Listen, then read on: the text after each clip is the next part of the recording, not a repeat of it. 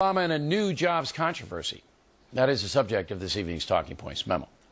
New York Post reporting that job numbers during last year's presidential campaign were manipulated to the president's favor by people in the Census Bureau, which is responsible for the stats.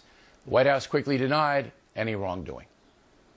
That story is obviously misleading. I think a lot of people shed a lot of credibility engaging in conspiracy theories last fall about rigged jobs numbers.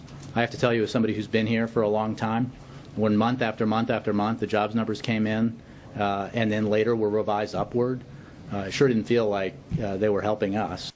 However, President Obama did use the job numbers in question on the campaign trail.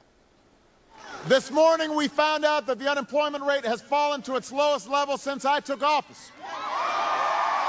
On Friday, we found out the unemployment rate has fallen from the height of 10% down to 7.8%, the lowest since I took office. Now, Talking Points cannot say with any certainty whether the job numbers were fixed, and apparently a House committee is going to investigate. But you know how these things go. Benghazi was investigated, the IRS was investigated, fast and furious, on and on. Little is ever accomplished. The job story reinforces the deep suspicion currently enveloping the entire Obama administration.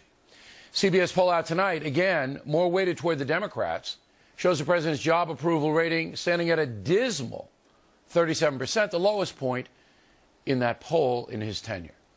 The disapproval number, 57%, is the same as President Bush had when the Iraq War was at its lowest point. In fact, Mr. Bush was on the Jay Leno program last night. Now, I know you've avoided talking policy for the last 6 or 7 years. Explain why.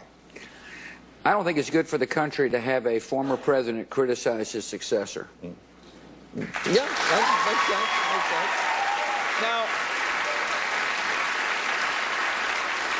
Now, President Obama is kind of getting all the late night jokes now. Are you? Better him than me. You are there.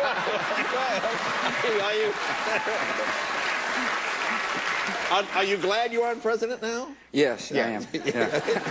8 years is plenty. And I think that's what Barack Obama must be saying as well. But as Talking Points pointed out yesterday, all the chaos is hurting we the people. It's hurting us. The economy stalled partially because of Obamacare.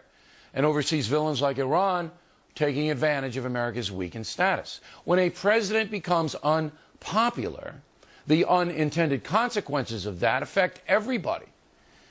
Now, the factor will continue to investigate the job story, and if the numbers were cooked, criminal charges must be filed, even by an attorney general as political as Eric Holder.